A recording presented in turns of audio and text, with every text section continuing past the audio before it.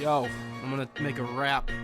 That's all I'm good for anymore. That's all I got left in me, I guess, is another rap.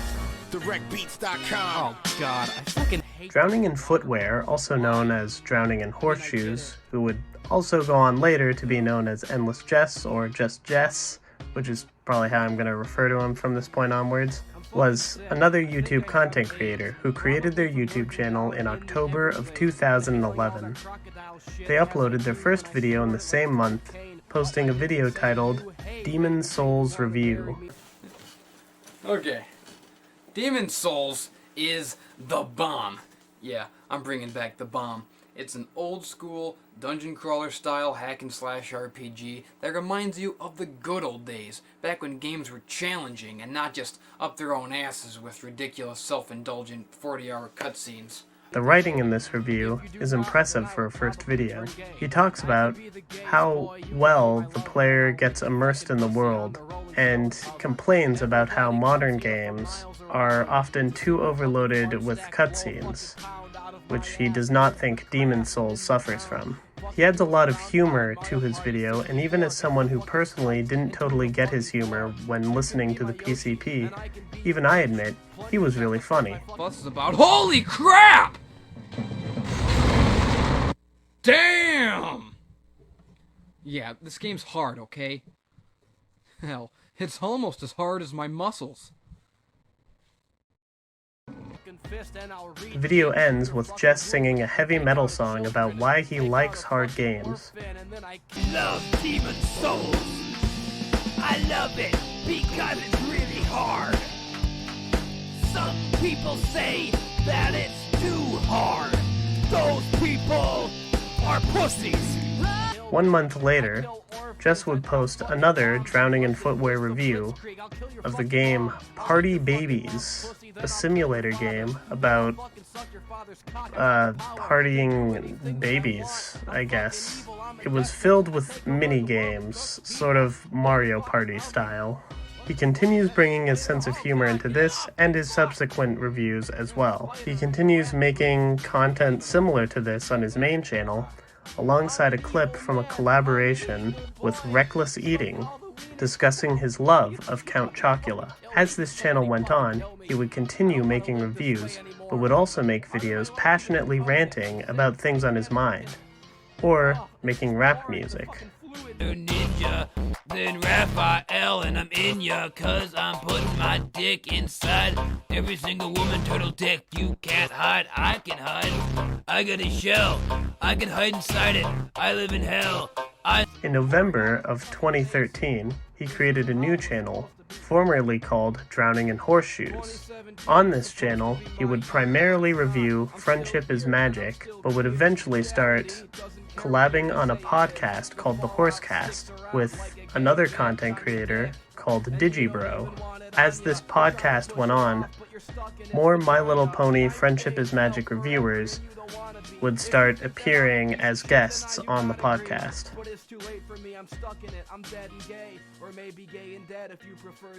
There'll be thieves and autorecs in Aspen, whoever gets elected. But Hunter represents something wholly alien to the other candidates for sheriff. Ideas.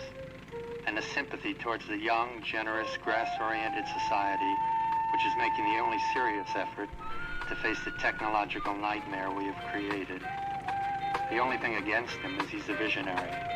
He wants too pure a world. While talking about Trixie and their former Digibro online persona, it is first important that I note that, as with many of the creators I will talk about, much of their earlier content that has been produced has either been erased or made private, meaning that it is inevitable that I'm probably going to miss out on some details or leave some things out.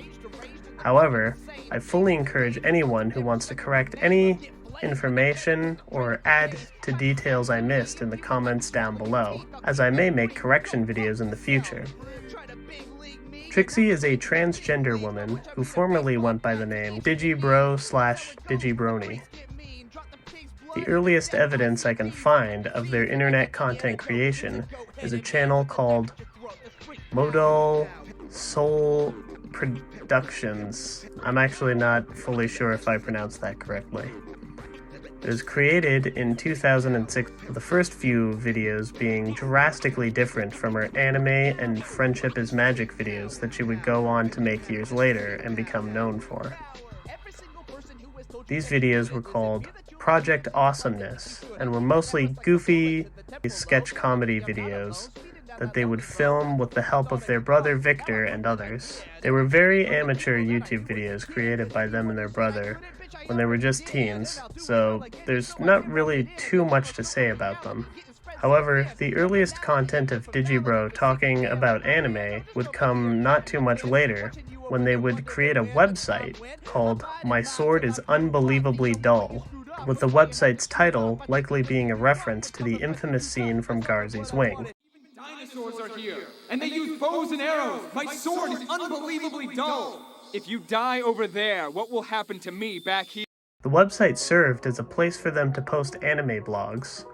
The earliest post I can find on the site is from 2008 and is called An Epic Journey Introduction, in which they explain their intentions to spend years using their blog to pour their heart and soul into talking about anime, while trying to better understand what would make an anime their favorite so that they can explain it to their online fans, hoping that spending years of blogging about anime would give them sage-like knowledge of anime. The website has a number of other interesting posts, but I will not be going into too much detail about them here, as there is so much to talk about regarding this creator that to talk about everything she has done would be impossible for the scope of this series.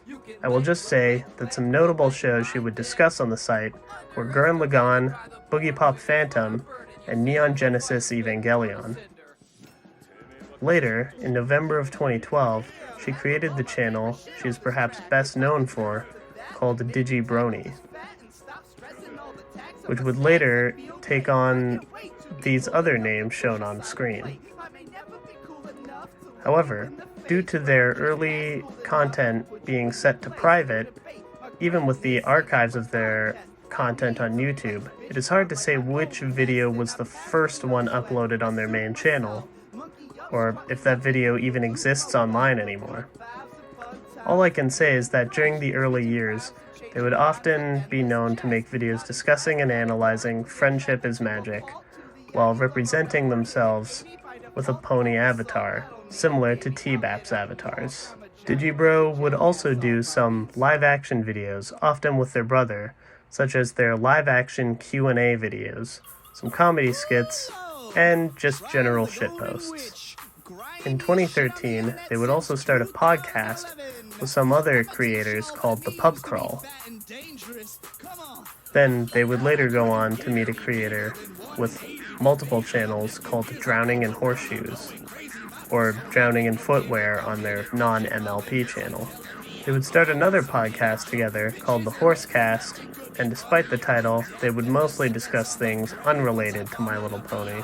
On the first episode of this podcast, they would discuss their YouTube careers, relationships with women, and Digibro would have their then-girlfriend come on the show as well. They would do this cast for 3 episodes, until on February 18th of 2014, Digibro would be absent for an episode, and Jess would instead talk to Gibbontake. But who was Gibbontake? Well, I'm glad you asked.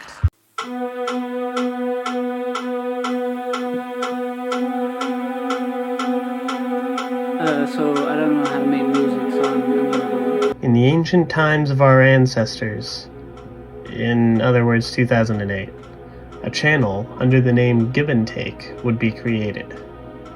This channel, however, would not have any content until April of 2010, when a short stop-motion animation of a toy soldier moving around and then shooting at another toy soldier would be posted. It was a very short but fun little animation that would be followed up by 4 more stop-motion animations using small toys such as Lego, Play-Doh, and more toy soldiers. They would also post a meme that, well, honestly, I don't know what to say about this show clip. Okay, here's business beat of the day. I want y'all to do this.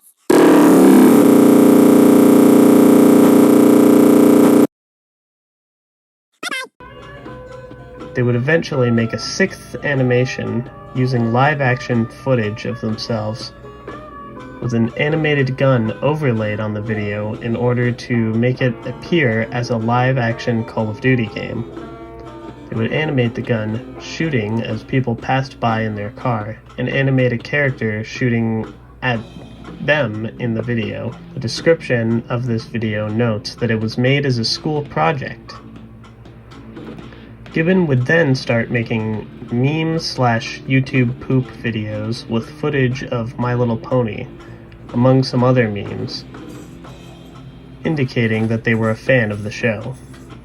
They would eventually switch to making MLP compilation videos.